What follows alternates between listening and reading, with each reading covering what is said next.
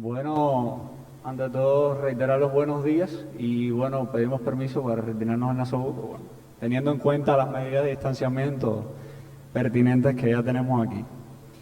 Bueno, ante todo extender una felicitación muy especial a todos los que se encuentran participando en el panel por estar celebrando hoy precisamente el Día Internacional de la Juventud, una fecha muy importante que desde la OCLA hemos querido también conmemorar en esta jornada de celebraciones por nuestro 55 aniversario, por lo que llegue una felicitación muy especial a todos los estudiantes y jóvenes de todo el mundo a nombre de la OCLA. Hoy es un día muy especial porque como juventud que somos y esta juventud que siempre lucha por el bienestar de sus pueblos, quisimos desarrollar el día de hoy un panel antiimperialista, teniendo en cuenta lo importante que es seguir fomentando ese principio de antiimperialismo en las nuevas generaciones, dada el actual recrudecimiento de las políticas y todas las medidas coercitivas aplicadas por el imperialismo contra nuestros pueblos de América, sobre todo, que como todos sabemos, ellos pretenden que nosotros somos sus patios traseros y eso no puede ser así. Entonces somos precisamente los jóvenes, los estudiantes, los que alzamos nuestras voces y decimos no al imperialismo. Eso es algo que siempre debe quedar claro. Hoy nos honran con su presencia 4 panelistas de las diferentes regiones de nuestro continente, que bueno, tendremos la oportunidad de estar debatiendo y compartiendo con ellos sobre la realidad que vivimos, cuál es el verdadero impacto de las políticas impuestas por el gobierno de los Estados Unidos de Norteamérica sobre la América Latina y el Caribe, desde su visión muy particular, desde la profundidad de sus conocimientos, de preparación acerca del tema. Y bueno, los compañeros serían, aquí me está acompañando Elías Ramírez Cañedo, historiador de acá, de la República de Cuba, con una trayectoria, ha escrito varios libros, sobre todo con este tema de la política de los Estados Unidos sobre Cuba, principalmente, además libros sobre el comandante en jefe Fidel Castro Ruz, una obra bien rica y enriquecedora que todo el mundo puede consultar y es de excelente calidad. También contamos con la participación del profesor Edgar Palacios Galo, que es dirigente de la UNED de Nicaragua y además es el actual vicedecano de la Facultad de Humanidades y Ciencias Jurídicas de la UNAM Managua. Un saludo, profe, sea bienvenido. Además, nos acompaña también el profesor José Reinaldo Carbolo, jornalista y secretario general del Centro Brasileño de Solidaridad con los Pueblos y Lucha por la Paz. Sea bienvenido de igual forma. Y por último, no menos importante, nos acompaña nuestro hermano también, Rander Peña, vicecanciller para América Latina y el Caribe de Venezuela y comisionado a Asuntos Internacionales de la Juventud del Partido Socialista Unido de Venezuela. Llegue a todos ustedes el agradecimiento por este acompañamiento en este panel. Y bueno, sin más preámbulos, yo creo que ya estamos en el momento preciso para iniciar el debate y lo comenzaríamos con el profe Edgar Palacios Galo. Profe, ¿nos escucha?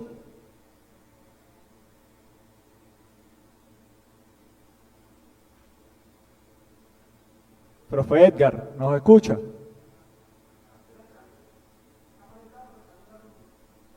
Bueno, el profe parece que no se encuentra acá con nosotros. Entonces damos paso a nuestro hermano Rander Peña.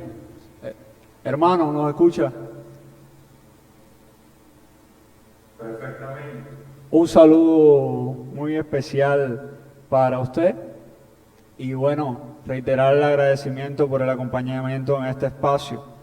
Y bueno, nosotros quisimos enfrascar las preguntas que tenemos para este espacio el día de hoy, sobre todo enfocado en el impacto que ha tenido la aplicación del manual de guerra no convencional en América Latina y el Caribe, y también que, bueno, quisimos realizarle esta pregunta precisamente a usted, dada el impacto que ha tenido esta aplicación del manual de guerra no convencional en países como lo es Venezuela, Nicaragua además, y bueno, ahora Cuba, que también están queriendo aplicar la misma maniobra. Entonces, la pregunta consistiría en eso: ¿cómo usted ve toda esta aplicación? ¿Cómo la podría caracterizar esa proyección de los Estados Unidos de Norteamérica con la aplicación del manual de guerra no convencional? ¿Y cuáles han sido las estrategias que a su consideración han tomado los gobiernos revolucionarios, los gobiernos progresistas de nuestra región para luchar contra esta realidad? Adelante. Bueno, primero, muchas gracias por el espacio que nos han permitido el día de hoy celebrar los 25 años de esta importante organización, organización que se ha extendido ya a establecer en toda América Latina, una América Latina convulsa en este momento, donde sus pueblos reclaman sus lugares históricos, la reivindicación justa de cada una de sus batallas, de sus luchas, y sin duda alguna la RAN viene a reivindicar un sector muy importante para los pueblos, como el sector que estudia, el sector estudiantil, el sector que termina con sus acciones, su venta, promoviendo lo que son las acciones justas en estos momentos que lo reclaman. En estos momentos que además la humanidad se debate entre la vida y la muerte, como diría Enrique Dussel en sus diversos textos, y si hay algo que nosotros deberíamos en un primer momento trasladar y podemos concluir, es que si algo ha enseñado este terrible flagelo como es la pandemia de COVID-19, es que el capitalismo es un sistema fallido para la humanidad, y los estudiantes, los jóvenes, somos los garantes de llevar estos momentos presentes a las próximas generaciones para que no olviden lo fallido que es un sistema que termina destruyendo a las grandes mayorías, lo fallido que es un sistema que excluye a sus pueblos, lo fallido que es un sistema que termina privilegiando una cuenta bancaria a una vida humana, lo fallido que es un sistema que termina privilegiando sus sistemas financieros a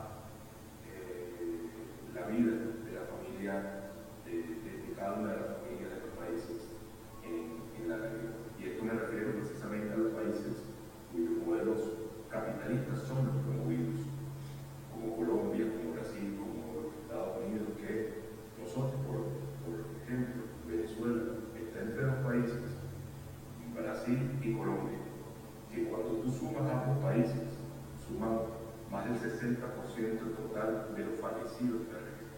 Y son países que sus modelos, los modelos que promueven son el modelo capitalista. Pero bueno, quería iniciar saludando a la democracia, sus 25 años, su liderazgo, su fuerte liderazgo, su presente liderazgo en cada uno de los momentos cada uno de los momentos de la vida estudiantil de América Latina, particularmente a su presidente, ministro de Conducción, querido hermano, compañero.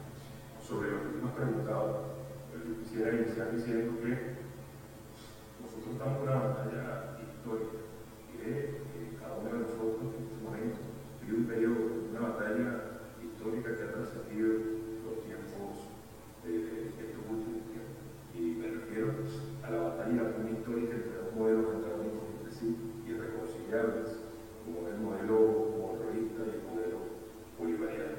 El modelo monroísta que tiene la desdichada intención de desintegrar a América, de mantenerla, de no encontrarse entre sí, no buscar las soluciones entre nosotros, sino mantener los diseños o las visiones, las posturas irreconciliables para ellos poder penetrar a América Latina.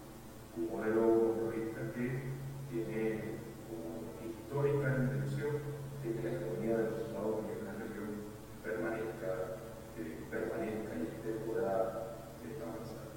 Y la doctrina bolivariana, en la cual cada uno de nosotros, particularmente los que defendemos las causas justas de nuestra América, de nuestros pueblos, somos operadores de esa doctrina, los operadores políticos de la doctrina bolivariana.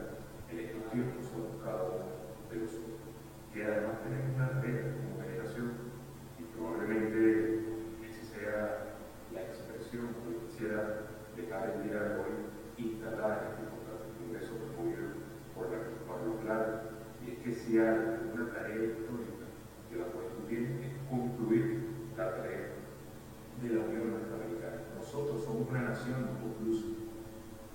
Nos dividieron hace 200 años.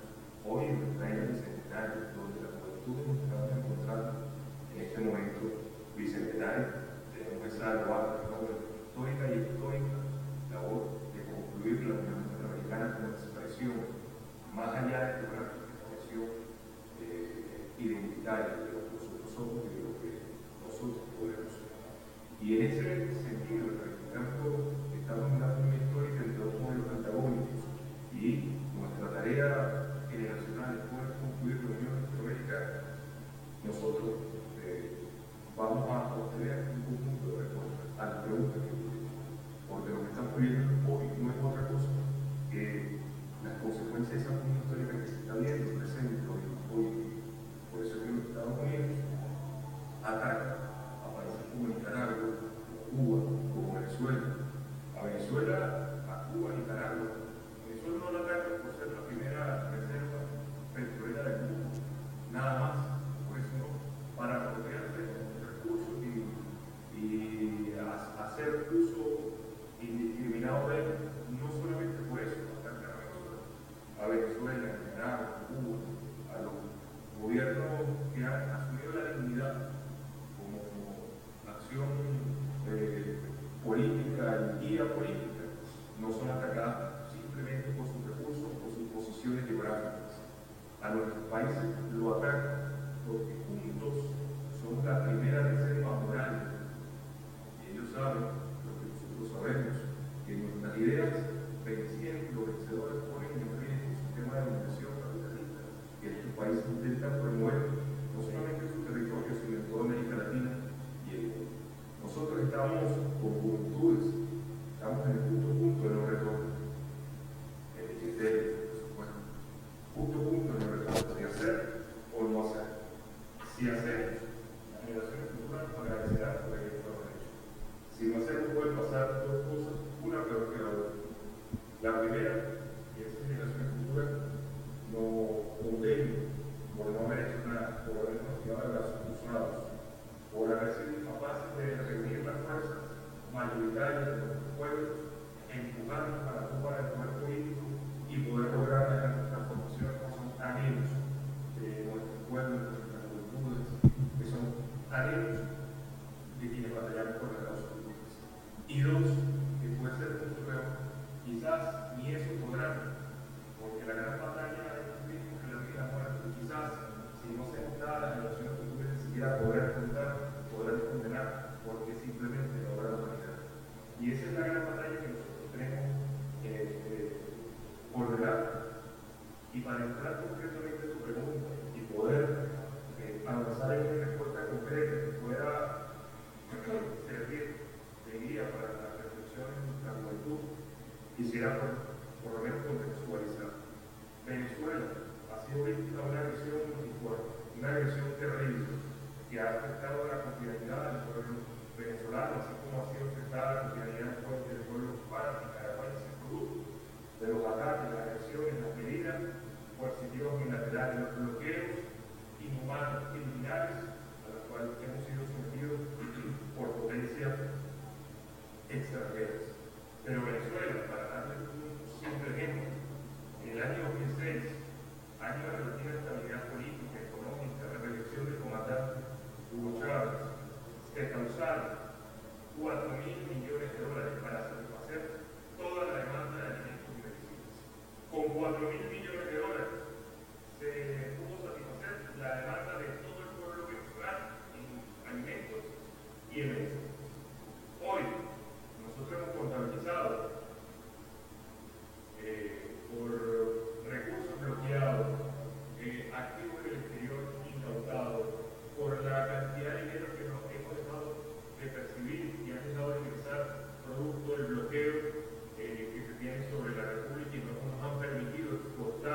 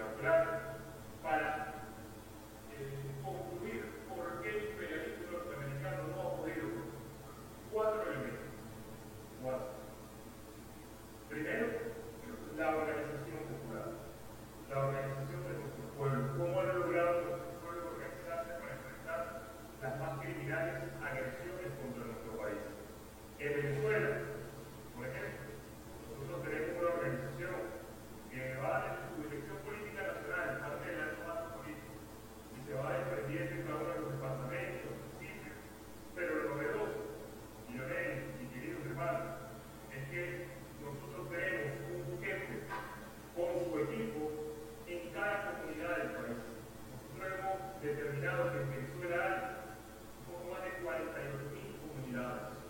Y en cada comunidad hay un jefe de comunidad con un equipo de trabajo que está vigilando la situación política, económica, de seguridad en ese país. Pero además, hemos determinado que en Venezuela hay 244.000 calles. Y nosotros creemos que un jefe, o jefas, hay más jefas que jefes, el empoderamiento de la mujer en los temas de gobierno territorial, de empoderamiento territorial, es extraordinario, es impresionante. Y nosotros tenemos una jefa de calle en todo el país, todo su equipo. Esto que permite, Yemeni y directiva de la OCLAR, compañeros y compañeras presentes, esto permite que de alguna manera el presidente Nicolás Maduro, la revolución bolivariana, hable con la familia venezolana y pueda descontar la cantidad de mentiras patrañas que permanentemente la derecha venezolana, porque es una estructura de base de 244.000 jefes de calle, 48.000 jefes de comunidad con su equipo, los equipos en el territorio regional, nacional, más unos 7 millones y más de militantes suscritos del Partido Socialista Unido de Venezuela, que en proporción es uno de los partidos más grandes del mundo. Y Venezuela ha logrado, le hemos dedicado muchísima atención, prioridad a lo que es la formación, a la organización dentro del partido, dentro de las estructuras políticas populares. La organización es clave. Dos, que nosotros tenemos gobierno mexicano. Nuestros gobiernos no son gobiernos burócratas con una burocracia que se desprende de la necesidad de entender la necesidad del pueblo a quien atiende. No. Nuestro gobierno, en esa permanente necesidad de renovación, se encuentra dentro de la permanente búsqueda de ser eficiente a través de poder responder a los principales anhelos de nuestro pueblo. Instituciones que no se asumen soberanas en sí mismas, instituciones que se asumen que son expresión y deben servir a la voluntad del pueblo venezolano o de los pueblos de Norteamérica, del pueblo cubano, nicaragüense, venezolano, que termina siendo el depositario de la soberanía, y la soberanía entendida, nosotros entendemos la soberanía como la capacidad que tienen nuestros pueblos de tomar sus propias decisiones. Cuando nosotros hablamos de la defensa de la soberanía, hablamos de la defensa y la capacidad de defender el derecho que tiene nuestra gente de poder tomar sus propias decisiones. Y nosotros tenemos gobiernos dedicados a la defensa de la soberanía.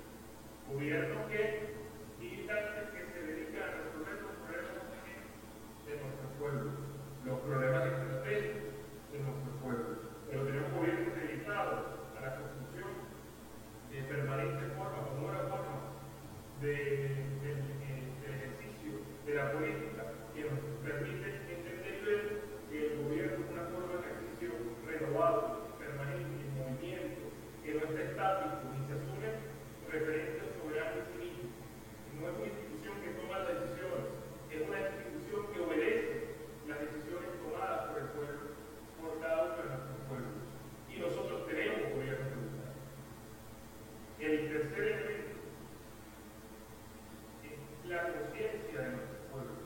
Por acá han pasado huracanes que se han decidido instalar en el alma, en el corazón de cada uno de nuestros pueblos, de cada uno de los hombres y mujeres que habitamos en esta tierra bendita. Por acá ha pasado Miguel, por acá ha pasado Raúl, por acá ha pasado Hugo Chávez, por acá ha pasado el comandante Daniel, por acá está el comandante Díaz Canel, el comandante presidente Nicolás Maduro. Es decir, son gigantes que han pasado por esta tierra, han caminado en este camino y han estructurado conciencia dentro de nuestro pueblo. Entonces nosotros tenemos la conciencia histórica instalada en nuestros corazones, que nos permite entender que las batallas de estos días son circunstanciales y no son aisladas de eventos históricos, al contrario, son consecuencias de lo que ha pasado. Entendemos que no hay nada más cargado del pasado que el presente.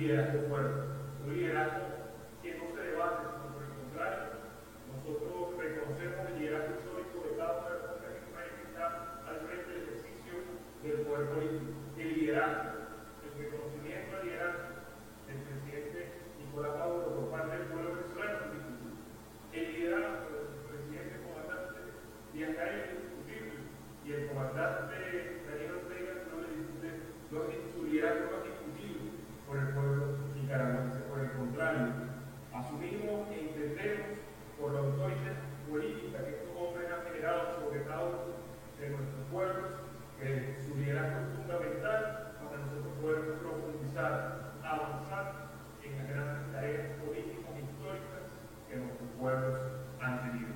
Son algunos de los elementos que concluimos son clave para nosotros entender cómo el imperialismo norteamericano no ha podido como cada uno de nuestros pueblos, ni el cubano, ni el nicaragüense, ni el venezolano. Y en palabras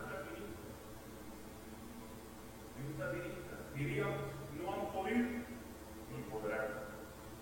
Muchas gracias, compañeros y compañeras, por este espacio, este tiempo de intercambio, de reflexión permanente, importante, fundamental para nosotros poder delinear la historia política, presente y futura de nuestros pueblos. Adelante.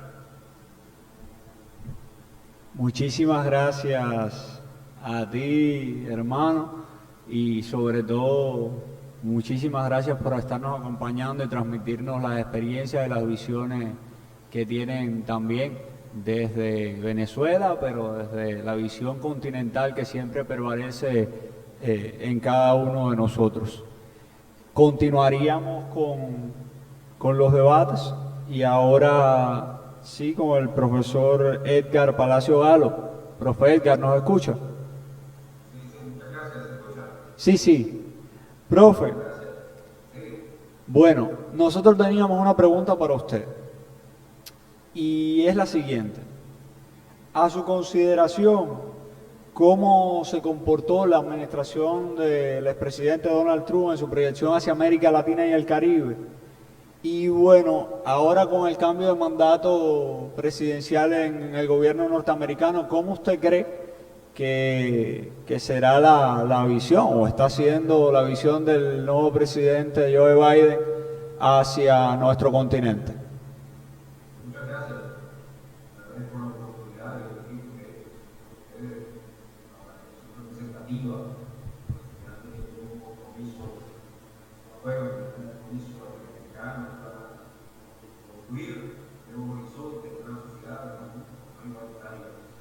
América Latina merece un futuro mejor, un futuro pleno de igualdad, un futuro pleno de justicia social como se está construyendo. Desde la Nicaragua sandinista, un saludo para América y para la Representación Legislativa Mundial, un saludo para Cuba, un saludo al pueblo venezolano, mariano, un saludo a todos los pueblos de Venezuela.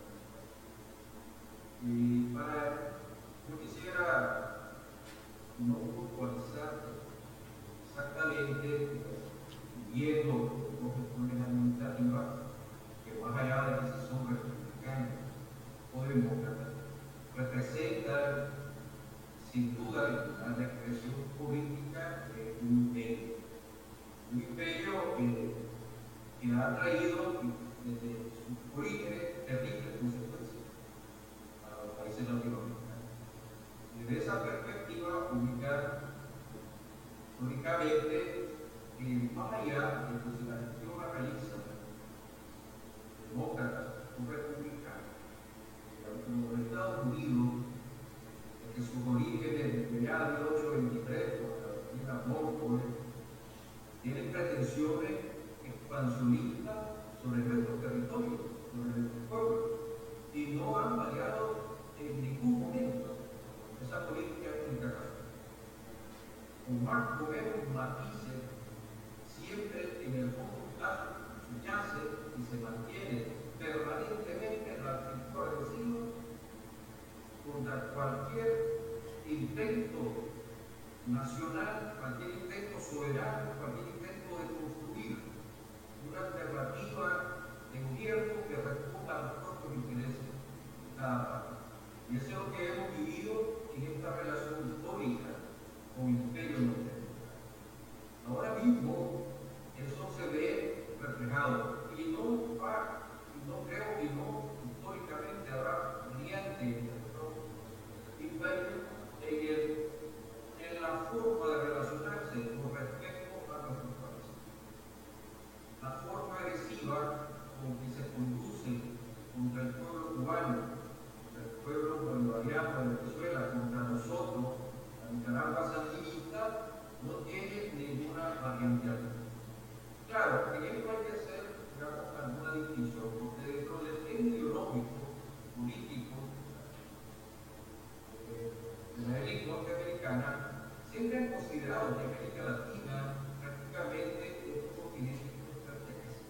Por eso ellos hablan en algún momento de la gran isla americana, ¿verdad? Y la asumen como una parte consustancial a sus extensiones, como una especie de patio, ¿verdad? En el cual creen y asumen que pueden actuar y conducirse de la manera que manejan. Pero están equivocados. Ya lo sabemos, porque esta resistencia latente y estamos consolidados en hacer reivindicaciones nacionales y revolucionarias transformadoras. Esa es la conducta que tiene el imperio.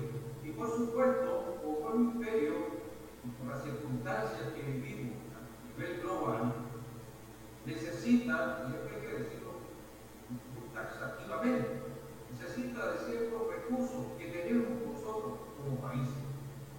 Ya petróleo, ya litio, ya reservas de agua consideradas, 40% de las reservas de agua, ya una biodiversidad, casi 50% de la diversidad mundial, y en las actuales circunstancias mundiales, como cambio climático y la disputa que se avecina por recursos, pues seguimos siendo un interés que va a estar en un continente que va a estar bajo asedio permanente de la política exterior norteamericana, del imperio, en el sentido más concreto de la palabra, que por supuesto ya ni lo niega.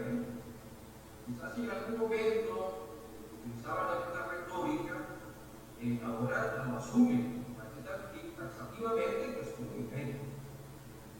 Entonces, creo que la respuesta nuestra como pueblo latinoamericano se fundamenta en la unidad firme que debemos de mantener y preservar, en fortalecer y profundizar todos los movimientos que existen, los movimientos sociales, de los cuales CLAE es una parte fundamental y sustantiva, en mantener vivo ese espíritu combativo, comprometido de la juventud latinoamericana y caribeña, en este posicionamiento claro que debemos de tener todos los pueblos latinoamericanos, la gran patria urbana, la gran patria latinoamericana. Y por supuesto, fortalecer la solidaridad con los gobiernos que estamos siendo elegidos, que estamos en acecho permanente. La solidaridad debe manifestarse sustantivamente para que se preserve la soberanía y se respeten los procesos revolucionarios de Venezuela, de Cuba y de Nicaragua y de todos los países que están emprendiendo posicionamientos más sólidos y más sustantivos.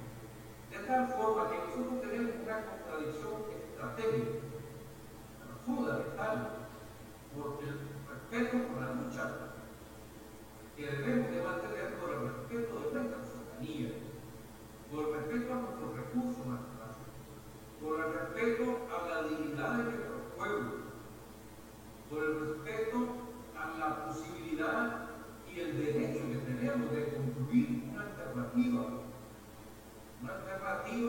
de desarrollo que obedezca a nuestras propias realidades, por el derecho a nuestra autonomía, por el derecho a nuestra soberanía y nuestra dignidad, que porque prevalezca la esperanza de los pueblos latinoamericanos y caribeños a construir un horizonte y un futuro más justo y igualitario.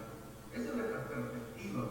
Y sin duda alguna, indistintamente de cualquier gestión que tenga el imperio al frente, como dije antes, prácticamente hablando, ya demócratas y republicanos son nuestros enemigos principales.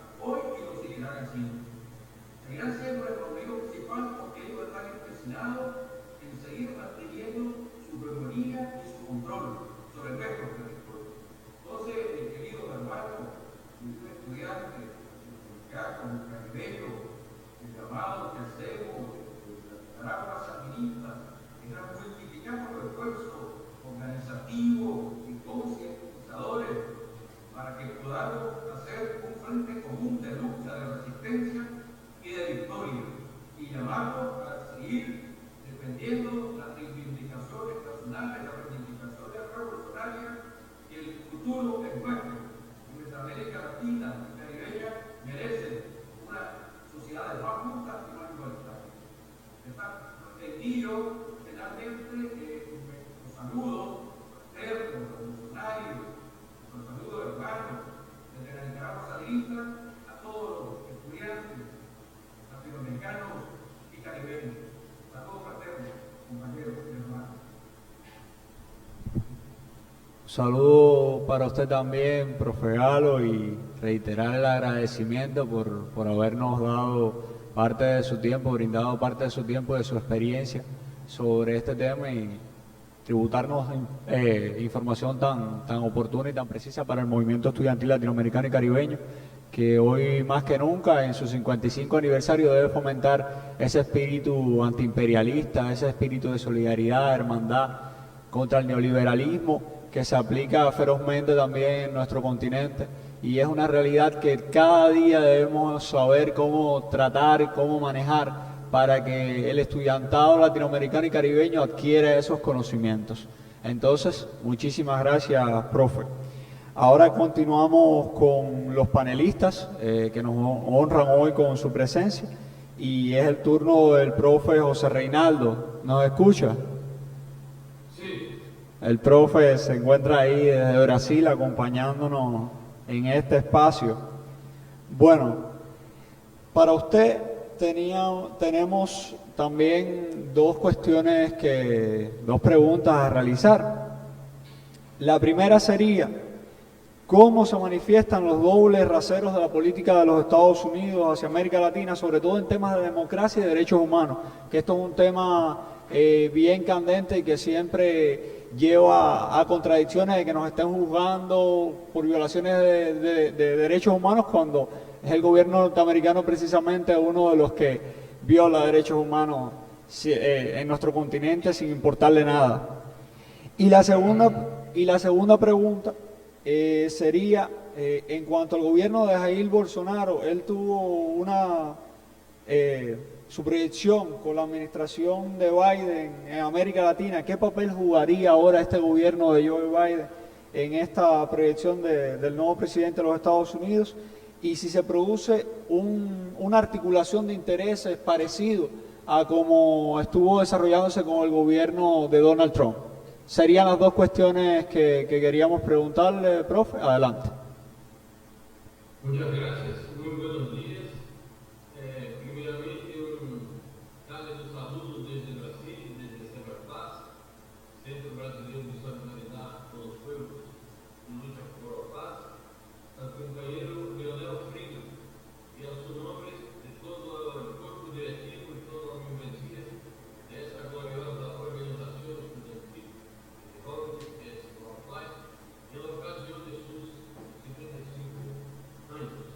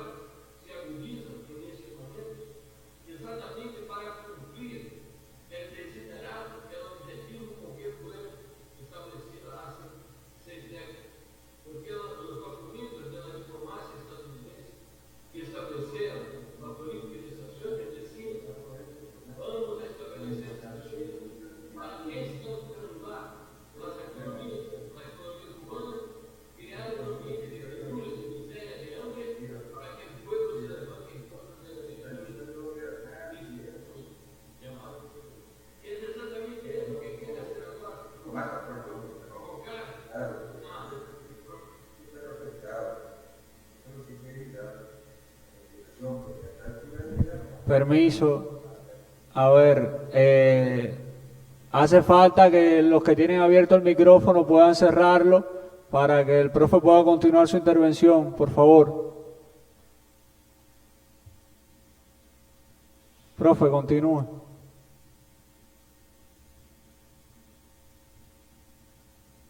No lo escuchamos. Ya, ahora sí.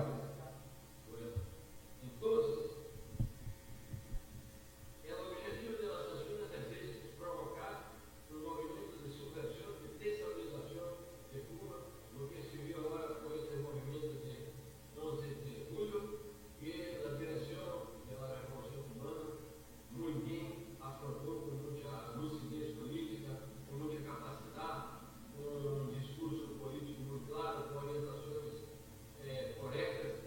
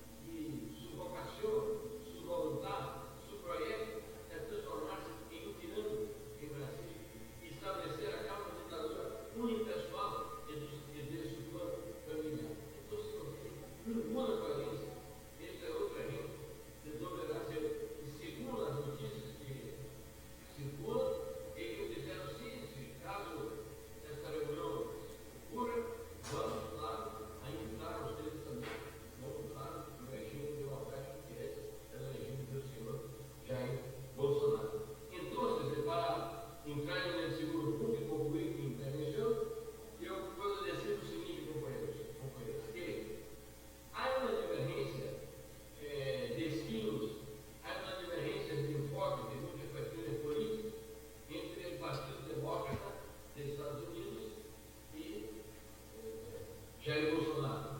Houve muitas diferenças também durante a campanha eleitoral, porque toda a gente sabe que Bolsonaro é afiliado à corrente de extrema-direita de Trump. E tinha um plano, ele tinha a esperança de governar durante o segundo mandato de Trump. Era fracassou. E claro, a base social, uma parte da base política e eleitoral do Partido Demócrata rechaça o governo de Bolsonaro, porque constitui um mecanismo de pressão política interna para que Biden não se aproxime tanto a Bolsonaro. Pero, ressalvadas essas diferenças, que são temas pela tática, são temas pontuais, temas pela conjuntura, há uma disponibilidade, ser pelo establishment bipartidista, pelo imperialismo estadunidense, ser pelo establishment militar e do setor reacionário das classes dominantes do Brasil, de manter boas relações entre Estados Unidos e Brasil. Assim que eu creio, minha opinião personal, que haverá mais aliança estratégica que diferenças. As diferenças existirão em temas pontuais.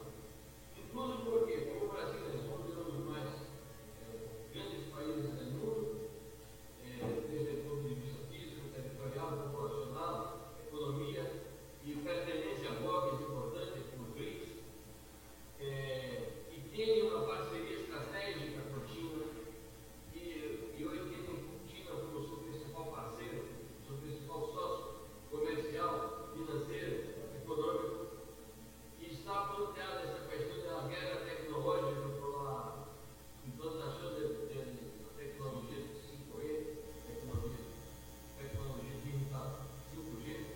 Estados Unidos necessita de uma aliança com o governo Bolsonaro para conquistar o Brasil, para conseguir que o Brasil não adopte a tecnologia digital de China.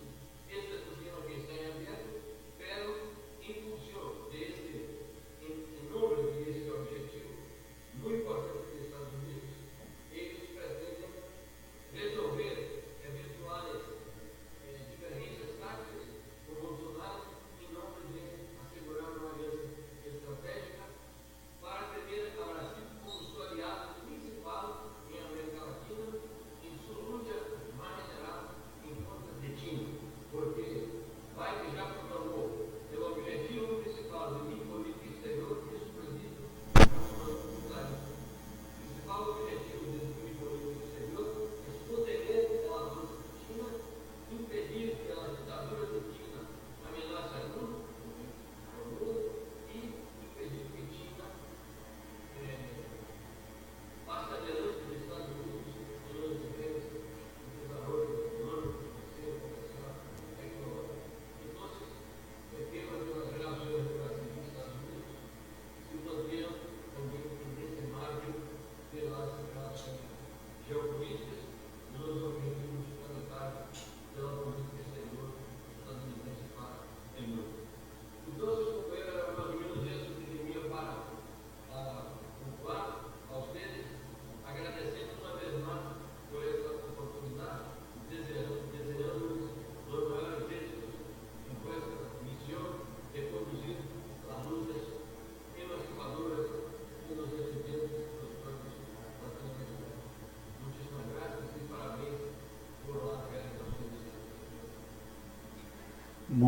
Muchísimas gracias a usted, profe José Reinaldo, por esa magistral presentación que nos ha realizado sobre el tema en cuestión y agradecer nuevamente por también habernos dedicado parte de su tiempo de esta jornada en compartir con las nuevas generaciones de estudiantes de Latinoamérica y el Caribe sobre esta importancia, sobre lo que constituye seguir fomentando este espíritu antiimperialista y sobre la política que aplica el gobierno norteamericano sobre nuestra región sin compasión alguna, porque bueno, como potencia imperialistas que son, está más que claro que lo de ellos es la proyección hacia los países y apoderarse de los recursos naturales de los que gozan parte de los países de la región, sin importar nada, sin importar las afectaciones, sin importar el daño que puedan causar a los pueblos.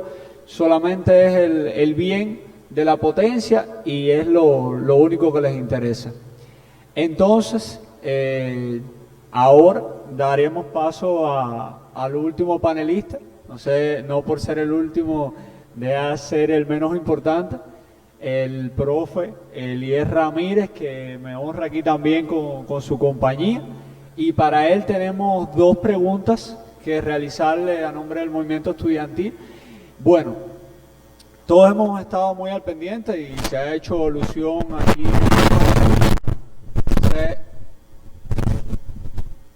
¿Me escuchan?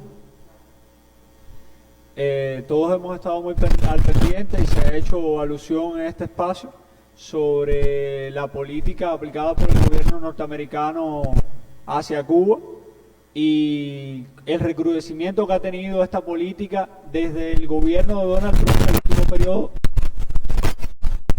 Disculpen. Desde el último periodo de mandato del presidente Donald Trump, con la aplicación de 240 medidas que recrudecieron de una forma brutal el bloqueo económico, comercial y financiero que existe sobre Cuba hace más de 60 años. Y todo esto en medio del enfrentamiento a la pandemia de la COVID-19, que ha representado un gran desafío para el pueblo cubano. Sin embargo, aún así, hemos salido adelante, se cuenta con una vacuna ya producida en territorio cubano, con 1.002 sacrificios de los científicos cubanos, y bueno, es esta la realidad que hoy enfrentamos. Llega el gobierno de Joe Biden, en su campaña electoral promete recuperar la política que en cierta medida estuvo impulsando el anterior mandatario por el Partido Demócrata, Barack Obama, y resulta que hasta ahora la proyección no ha ido más allá sino de seguir el juego de las políticas de Donald Trump. A su juicio, ¿cómo usted ve esta proyección del gobierno de Joe Biden en los casi 8 meses que lleva ya de mandato? ¿Y cuáles son a su juicio las proyecciones de este gobierno norteamericano, nuevo gobierno norteamericano hacia el pueblo cubano, hacia América Latina? Y como segunda pregunta, que sería la pregunta ya que cerraría el panel para dar paso a las intervenciones, ¿qué importancia usted le atribuye a fomentar en las nuevas generaciones el principio antiimperialista? Con esa pregunta cerraría. Adelante. Sí, bueno, en primer lugar también agradecer la magnífica oportunidad de poder compartir este panel, precisamente cuando celebramos el 55 aniversario de la OCLAE, esa organización que juega un papel importantísimo en las luchas de nuestros pueblos, con tanta historia y con tanto vínculo también con el comandante en jefe que estuvo muy cercano a esa organización, y que bueno que mañana estamos celebrando el 95 cumpleaños de ese líder luminoso, antiimperialista, invicto, venció a 10 administraciones estadounidenses con todas sus políticas, tanto la política de la seducción como la política agresiva de corte clásico que conocemos.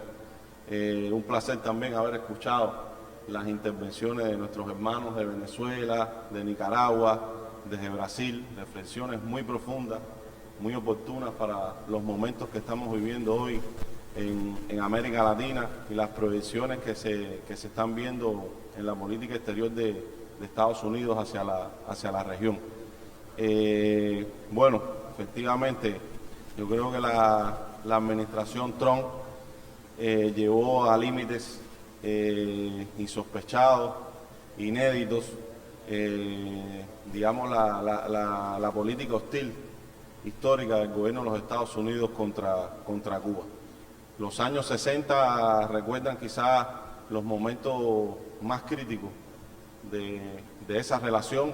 Se produjo la invasión mercenaria por Playa Girón, la crisis de octubre, y también en los años 80 no podemos dejar de mencionar es decir, ese momento tan tenso que se vivió en la política de la administración Reagan hacia nuestro país, incluso de peligro también de una invasión, de una agresión militar directa.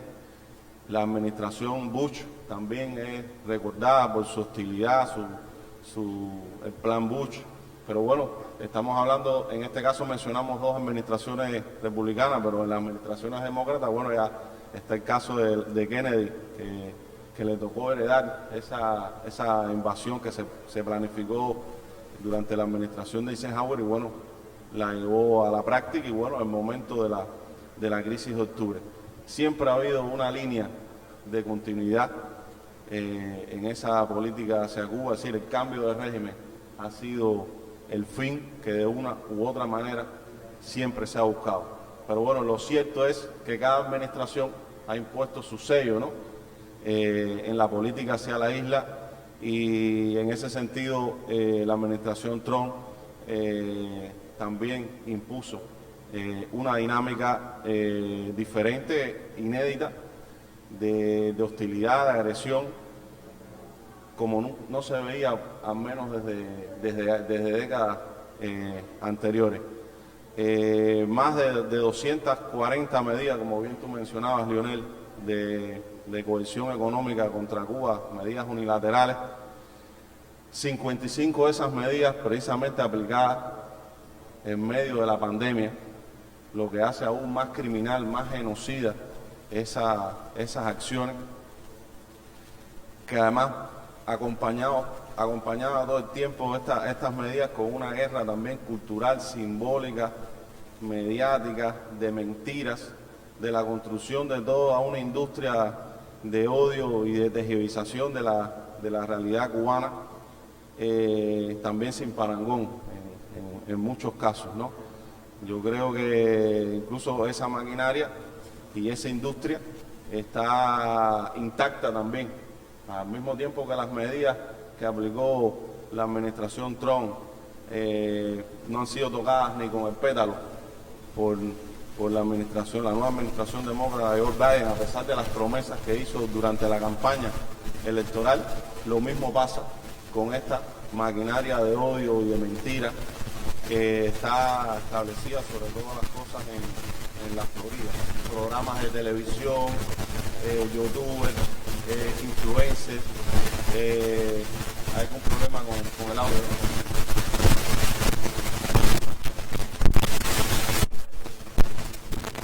Sí, disculpe.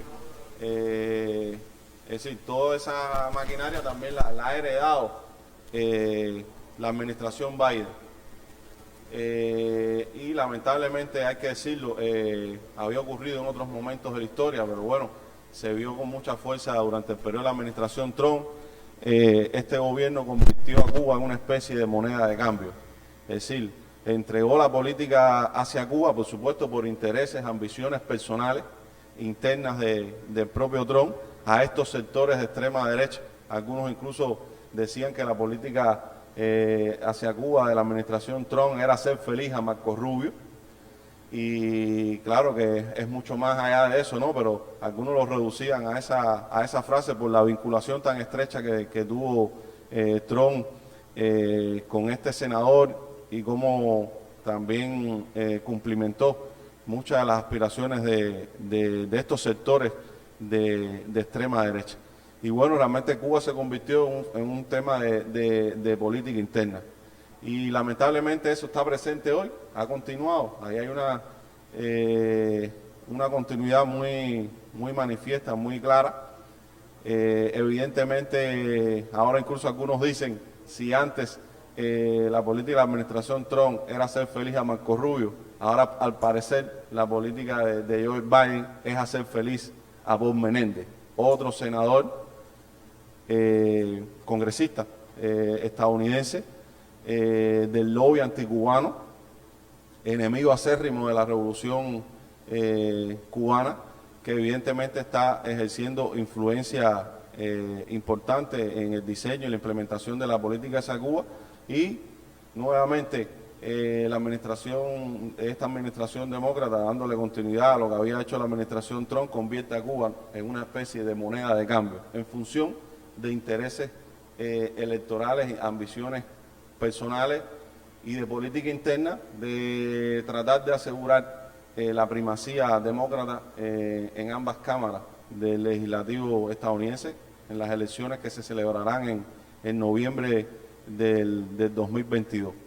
Todos estos meses prácticamente vimos que no hubo el más mínimo movimiento con relación a cada una de estas sanciones. Al contrario, vimos que se mantuvo la retórica, quizás a menor nivel, pero sí, los primeros 2 meses de la administración de Mora se mantuvo la misma retórica también de los derechos humanos, etcétera, etcétera, del apoyo a supuestos opositores que todos sabemos que son mercenarios a sueldo del gobierno de los Estados Unidos. Y bueno, vinieron los sucesos del 11 de julio.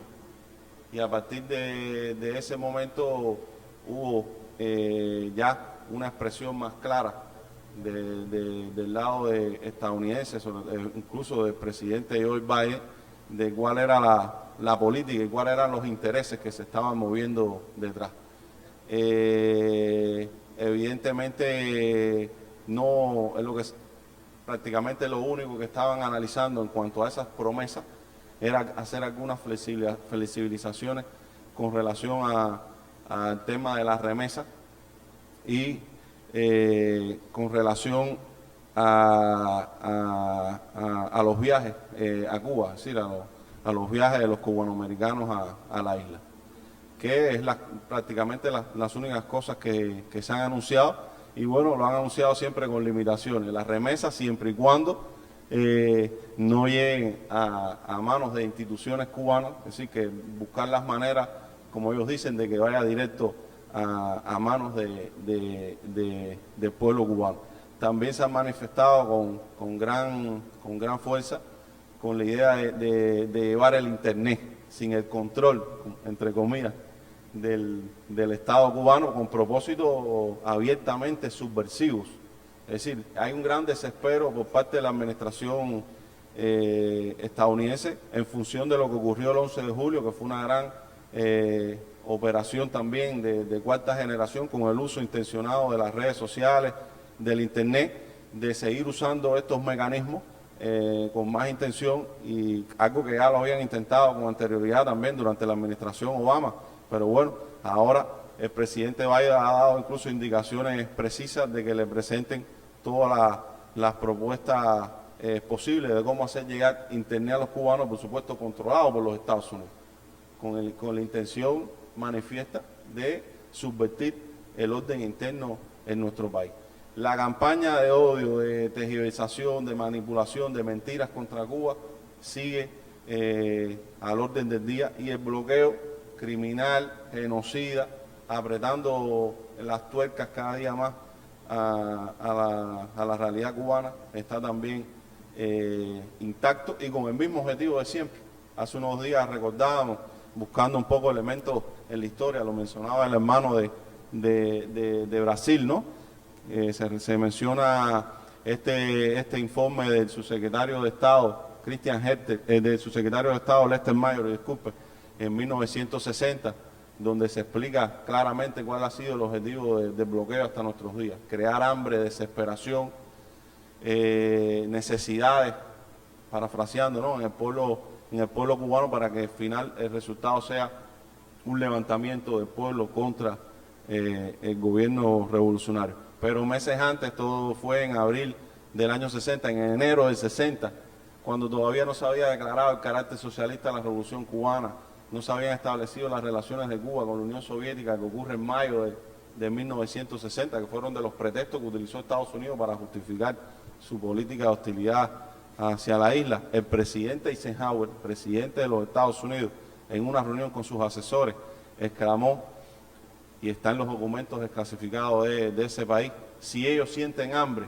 es decir, si ellos sienten hambre, el pueblo cubano siente hambre, votarán a Castro. Es decir, ese ha sido el objetivo de esas sanciones económicas hasta el día de hoy, Y lo que es cínico, realmente maquiavélico, es que Estados Unidos trate de justificar esas sanciones sobre la base de violaciones de los derechos humanos en Cuba. Qué manera más irónica, ¿no?, de defender los derechos humanos en Cuba, violando precisamente esos derechos, porque está más que claro que lo que sí ha sido una violación flagrante, sistemática, masiva de los derechos humanos en Cuba durante 6 décadas ha sido precisamente el bloqueo. Y como está en todas las leyes internacionales, en sus artículos, la negación a la subsistencia de un pueblo es la mayor vulneración a los derechos humanos que puede existir en la faz de la tierra. Pero además de eso, siempre yo digo que hay que destacar que ha sido también una vulneración a los derechos de los propios ciudadanos estadounidenses y los ciudadanos de otros países del mundo, por su carácter extraterritorial, a las libertades individuales de los propios ciudadanos en ese país, o de los cubanos que viven en ese país, de enviar remesas, por ejemplo, a sus familiares en Cuba, de tener ellos allá, darse el derecho de decidir quién es familia, quién no es familia, o de negarle la posibilidad de viajar libremente sin tener que pedir permiso, licencia a nuestro país, a los ciudadanos de Estados Unidos, el único país del mundo al que no pueden viajar libremente. Al resto del mundo, otros países que ellos incluso califican también de dictadura, no hay ningún tipo de límite. Es decir, la isla prohibida es la isla de Cuba, y todos sabemos que se debe en gran medida al ejemplo cubano, y también estamos muy conscientes de que a Estados Unidos para nada le interesan los derechos humanos, la libertad de expresión, la manera en que nosotros tenemos organizado nuestro sistema político.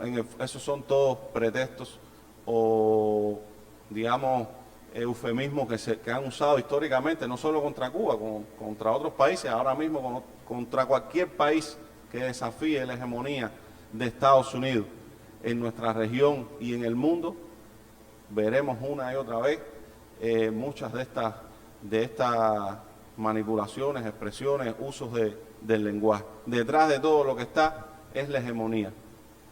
Yo siempre he dicho que si el día de mañana, cosa que no va a ocurrir porque tendría que correr mucha sangre en nuestro país, se estableciera una dictadura real, como la que existió de hecho ya en la isla cuando la dictadura de Batista, y sin embargo ese gobierno respondiera a los intereses de los Estados Unidos, a partir de ese momento desaparecería el bloqueo, las sanciones y el uso de estos lenguajes, del lenguaje de los derechos humanos, de la libertad de expresión. Todo eso desaparecería al momento, como muy bien explicaba nuestro hermano de Brasil, es decir, el doble rasero, lo vemos en Colombia.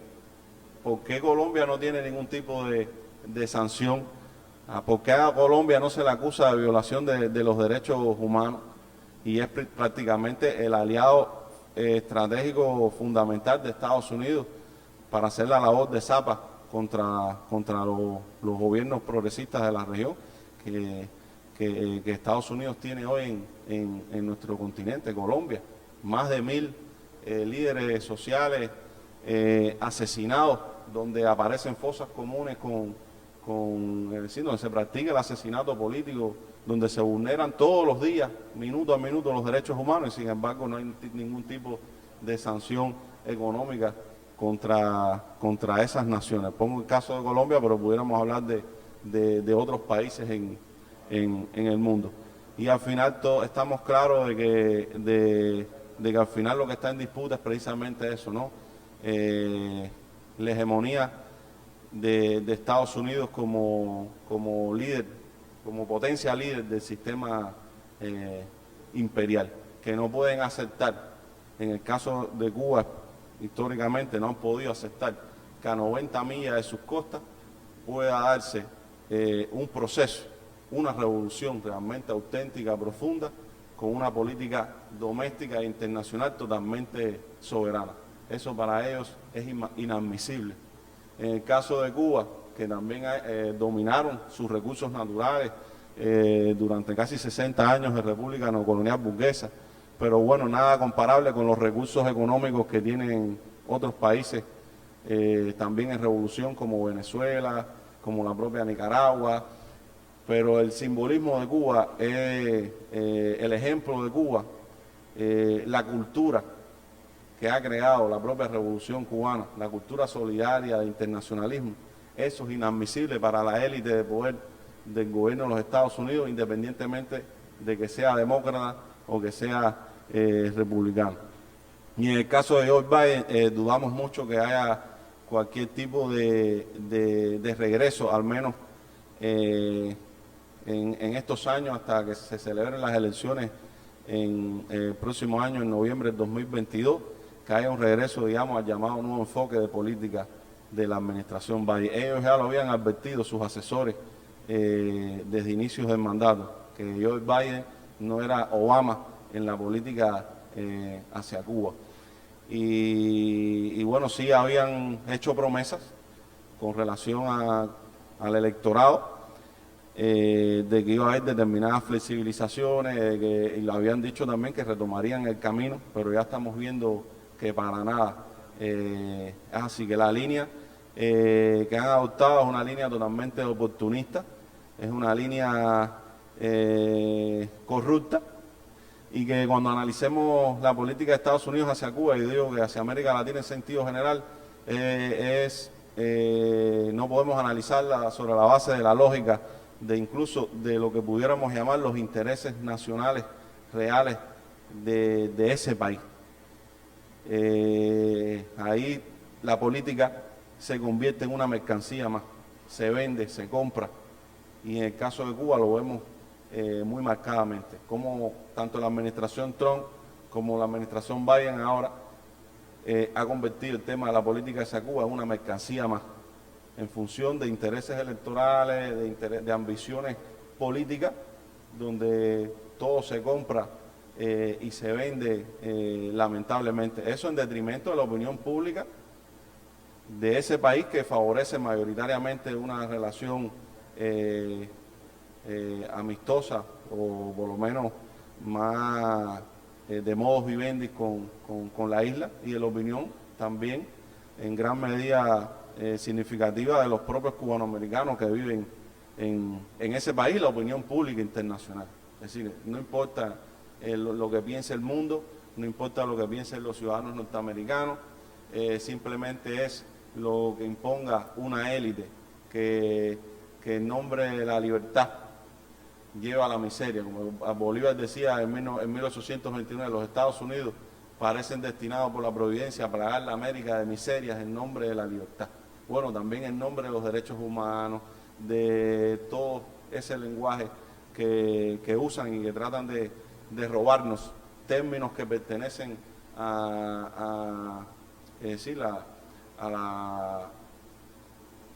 la izquierda en sentido general. Democracia, libertad, derechos humanos, esos son términos de la izquierda, y ellos los utilizan y lo hacían en gran medida de contenido revolucionario en función de manipular la realidad y justificar políticas que lo que esconden al final es la satisfacción de una élite de poder.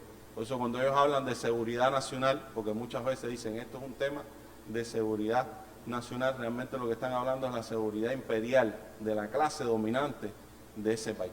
Porque nosotros, en el caso de Cuba, en muchos sentidos, seríamos una garantía para los auténticos intereses de seguridad nacional de los Estados Unidos, temas con los cuales Estados Unidos tiene grandes conflictos con otros países de la región.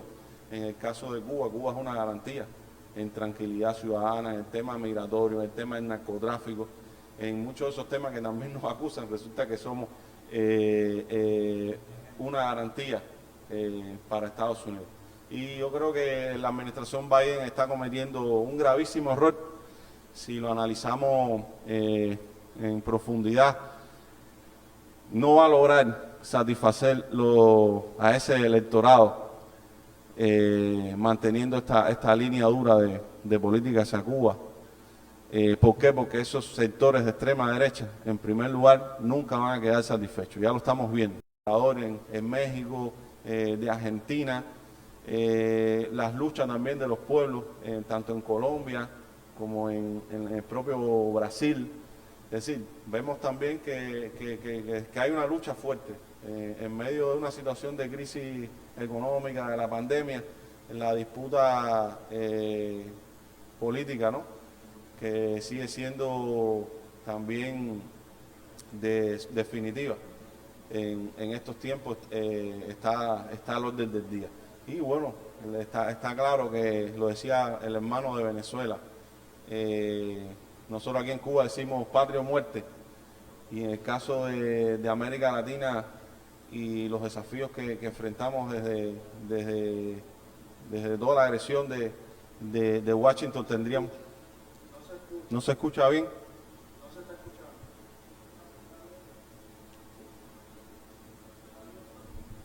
Sí. Hermanos, ¿nos escuchan?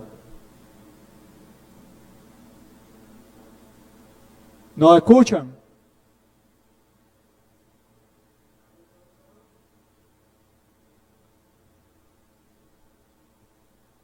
Hermanos, los que se encuentran en línea, ¿nos escuchan?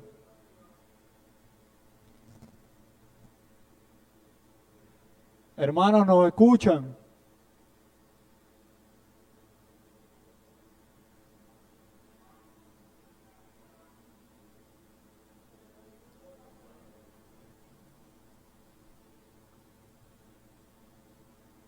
Los que están en línea, ¿nos escuchan?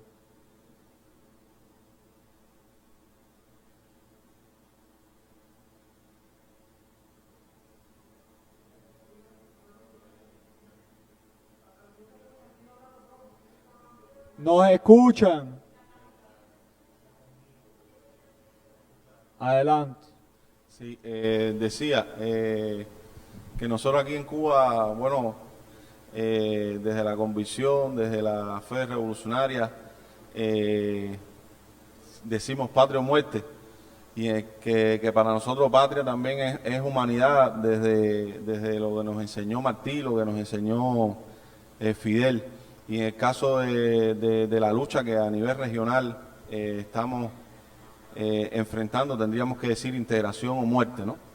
O nos integramos o nos unimos definitivamente, o realmente, o de lo contrario, seremos derrotados. Pero yo estoy convencido que al final venceremos unidos entre todos. Y ya lo estamos viendo el fruto de esas luchas, de esas resistencias, y que por supuesto estamos claros que el gobierno de los Estados Unidos, que al final, como bien se decía, es el enemigo principal, no desistirá de sus propósitos de desunirnos, de subvertir nuestros procesos, de manipular las conciencias de nuestro pueblo, y por lo tanto los desafíos son inmensos, pero al propio tiempo son aleccionadores, ¿no?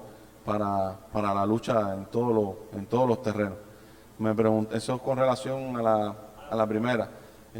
Con relación a la segunda, bueno, yo creo que el ser antiimperialista es una condición innata del ser revolucionario. Si entendemos que el imperialismo es el sistema de dominación, el sistema explotador presente en nuestro mundo de décadas, ¿no? Después de la Segunda Guerra Mundial, sobre todo bajo la égida de Estados Unidos, un mundo configurado, por supuesto, en centros y periferias, donde Estados Unidos es la potencia líder de ese sistema, que para mantener su dominio, esa acumulación ampliada del capital, es decir, para que haya un 1% de esa sociedad, de esos países que tengan una acumulación sin límite de riqueza, necesitan obligatoriamente que exista una periferia explotada, subordinada, que exista un 99%, tanto al interno de sus sociedades como a nivel internacional. Y por lo tanto, si entendemos cómo está configurado el mundo bajo ese dominio, nos damos cuenta que la única manera de emanciparnos es precisamente, y la única manera de ser revolucionario es ser antiimperialista. Es decir, rebelarnos contra ese orden existente, injusto, inhumano, que además está poniendo en peligro la desaparición incluso de la especie humana, no queda otro camino que tener convicciones profundas antiimperialistas. Y en el caso de Cuba, yo digo que ser antiimperialista también es una condición innata de la cubanía. Está en nuestra tradición de lucha, desde José Martí, que logró penetrar, como nadie en esos años finales del siglo XIX, en el fenómeno, en el naciente imperialismo, y que cuando cayó en Dos Ríos el 19 de mayo de 1895, cayó precisamente ya más allá de enfrentado al colonialismo español, viendo el peligro mayor que representaba precisamente el imperialismo estadounidense sobre las Antillas, sobre Cuba, sobre América Latina y sobre el mundo en sentido general. Está también en las luchas de figuras como Videla, Rubén Martínez Villena, Julio Antonio Mella y por supuesto el referente, digamos, supremo que tenemos y más inmediato todos nosotros, que es el del comandante jefe Fidel Castro. Y creo que si no enfrentamos ese orden desde posiciones también anticapitalistas, anticolonialistas, nos podríamos quedar en el terreno de los reformistas. Y que por lo tanto para ser revolucionario realmente hay que ser obligatoriamente antiimperialista, que va más allá del antigerencismo. Uno puede tener posiciones contrarias a la injerencia, pero el antiimperialismo va más allá. El antiimperialismo tiene también una connotación que ve la dimensión económica de esa dominación, que ve también la dimensión cultural, que quizás a veces la que menos, la más sutil de esas dominaciones, y que también el imperialismo hace mucho énfasis y trabaja mucho, dedica muchos recursos humanos, financieros, para mantener su dominio, precisamente no solo a través de la fuerza represiva, del dominio económico, sino sobre todas las cosas del dominio cultural, de llegar al sentido común de las personas. Y lo peor que ocurre es que muchas veces las víctimas comparten lamentablemente los criterios o las visiones de los victimarios. Y en ese sentido hay un imperialismo también cultural muy fuerte, y de ahí la importancia de que nuestras luchas estén acompañadas, es decir, deben estar acompañadas junto con la transformación económica, social de nuestras realidades, de la generación de un sujeto diferente, emancipado, también desde el punto de vista cultural, espiritual.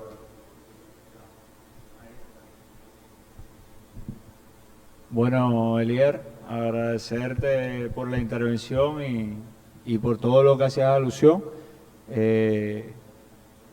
Ahí no sé si ya nos escuchan las federaciones miembros. Hemos estado presentando algunos problemas técnicos. Vamos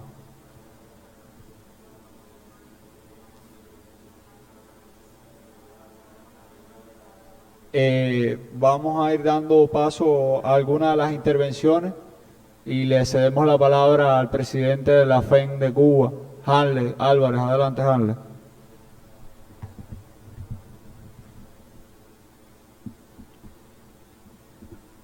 Bueno, reiterarle los buenos días a todos los hermanos que nos escuchan en todas partes del mundo. Ha sido un espacio de diálogo muy profundo. Los especialistas que nos han acompañado han acertado en la idea que teníamos de compartir las experiencias desde los diferentes puntos de vista de cuál era la visión sobre la hegemonía de los Estados Unidos fundamentalmente en América Latina. Y como CLAE tenemos un reto importante, más allá de denunciar es también hacer. Son 55 años promoviendo el antiimperialismo, promoviendo la educación e integrando. El profe decía algo muy importante, la integración. Yo creo que en este 55 de LOCLAE tenemos que perfeccionar también cómo nos integramos, aprovechando el renacer de algún modo que está teniendo la izquierda latinoamericana. Cómo volvemos a hacer de LOCLAE la plataforma de lucha que es, pero cómo la fortalecemos en función de luchar contra el imperialismo y en contra de estas políticas neoliberales. Y yo revisaba las redes en los últimos días y hemos visto un fuerte movimiento del estudiantado en función del 55 aniversario de su organización, y es sencillamente ver una publicación que se haga en cualquier red social referente a las luchas antiimperialistas para darnos cuenta de las interacciones que tienen y tener un referente del impacto que verdaderamente tiene la lucha de LOCLAE en el estudiantado mundial. Sin duda alguna, el reto más importante que tenemos las naciones que nos queremos libres es luchar contra el imperialismo. Y aquí se han dado elementos muy importantes sobre el porqué. Yo creo que tenemos que ir más allá del porqué. Y los que hemos tenido la oportunidad de compartir con muchachos de otras nacionalidades y que ellos nos cuenten sus vivencias, nos damos cuenta de que se intenta apagar la voz de que un mundo mejor es posible más allá de necesario. Es sin duda alguna imprescindible para subsistir que nosotros le demostremos al imperialismo, a los Estados Unidos, al presidente Biden, que el movimiento estudiantil latinoamericano es capaz, porque lo es, de unirse en torno a una idea revolucionaria, de luchar hasta el final y hasta el cansancio, como nos han demostrado nuestros antecesores, y por encima de las adversidades, las dificultades, vencer.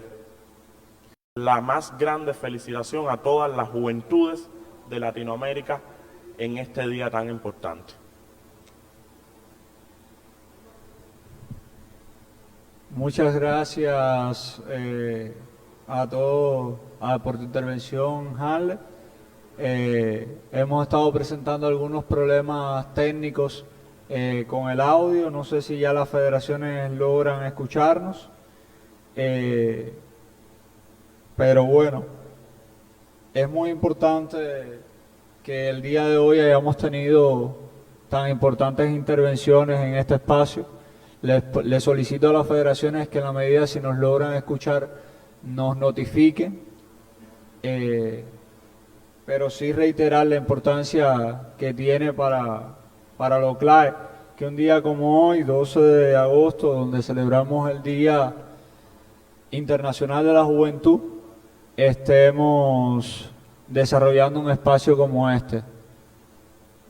Es muy importante reiterar el compromiso y el acompañamiento del estudiantado latinoamericano y caribeño a las luchas que desarrollan cada uno de nuestros pueblos en la defensa de la educación pública gratuita de calidad que siempre hemos desarrollado, esa lucha constante, y en la defensa y soberanía de nuestros pueblos, contra el neoliberalismo, contra todas las políticas genocidas aplicadas por gobiernos en la región, y que sin lugar a dudas nos ponen un reto y un desafío sumamente importante.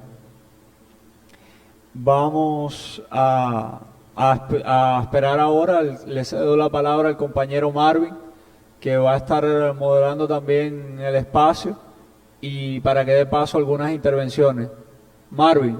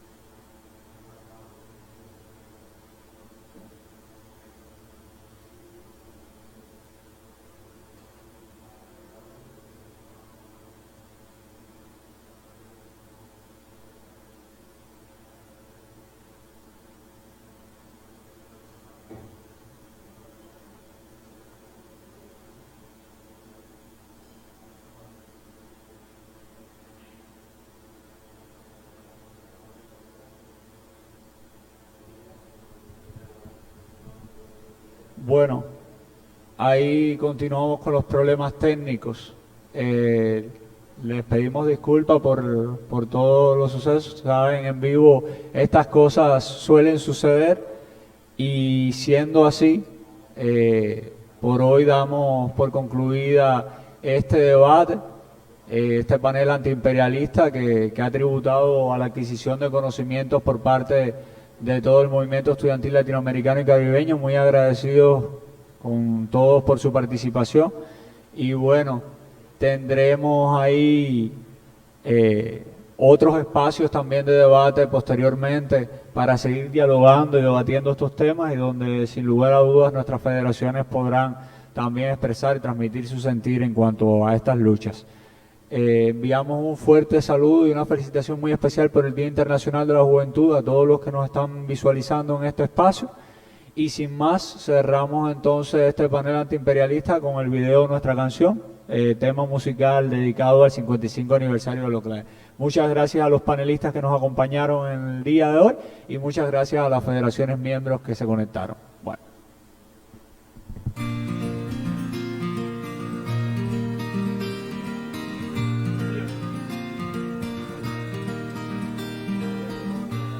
Corazón de abiertas manos, fuego al filo de la voz, mundo joven que ha abrazado, canta su mejor canción.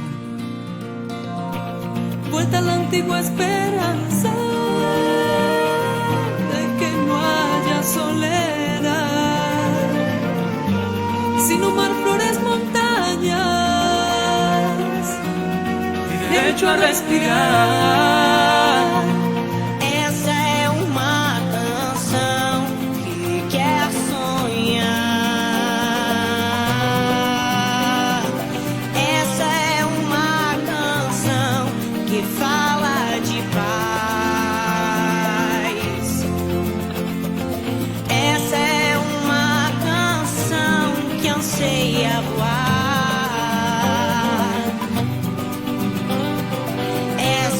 Somente essa é a nossa canção.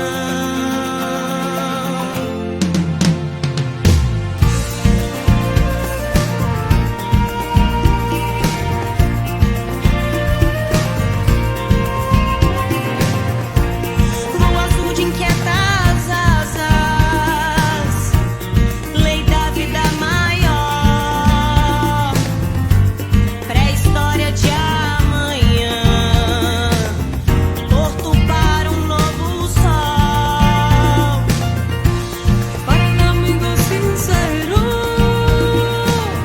Rosa blanca